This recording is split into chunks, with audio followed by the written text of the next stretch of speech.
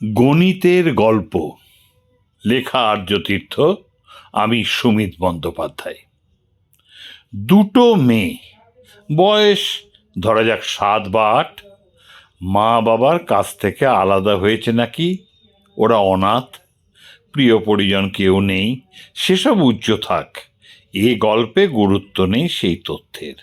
আপাতত সন্ধে নামছে, মেয়ে দুটোর সামনে দুটো পথ, একটা গিয়েছে ডান দিকে, যেদিকে ঝিঝি ডাকা অরণ্য, কান পাতলে পাখিদের কিচিরমিচির ছাড়িয়ে ভয়ালো মাংসাশীদের গর্জন শোনা যাবে।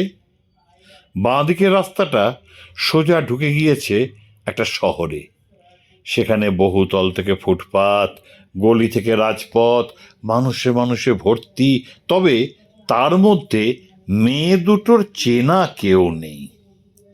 দুটো মেয়ের একজন হলো বনের পথ, আরেকজন চলে গেল মানুষ থেকে শহরে। এইবারে সরল গণিত, কার বেশি সম্ভাবনা অক্ষত থাকবার ভোরে? জানি কি বলবে উত্তরে, জানি। আচ্ছা, এইবার চলো গল্পটার একটা সূচক বদলে দেখি। শুধু শর্ত একটাই, একা একা মেয়ে দুটো না চেনা স্থানে, গল্পের সেইটুকু থেকে যাবে একই। বয়স কৈশোরে যৌবনে নিলে কি হবে জানা কথা। আচ্ছা চলো, ওদের বয়স আরো বাড়িয়ে দিই, যৌবন পার করে 40, প্রৌঢ়তা পার করে 6-এর কোঠায়, অথবা 75-80।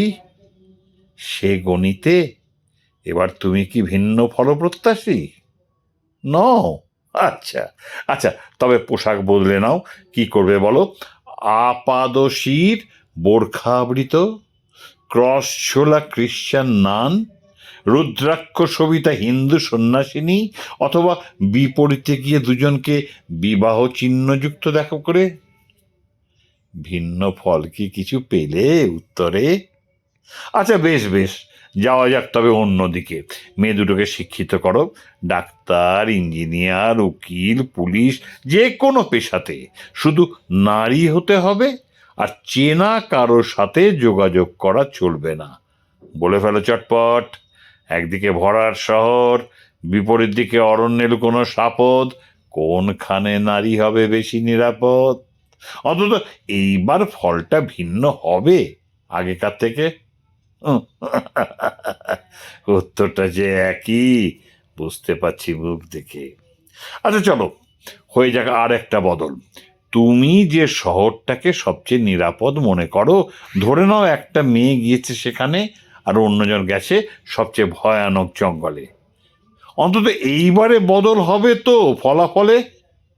কি বলছো? এতেও নিশ্চিত নও সত্যি কে বেশি অক্ষত থাকবে ভোর হলে? যা বাবা, কাকে ডাকো সভ্যতা, কাকে নাম জঙ্গল দিয়েছ তাহলে?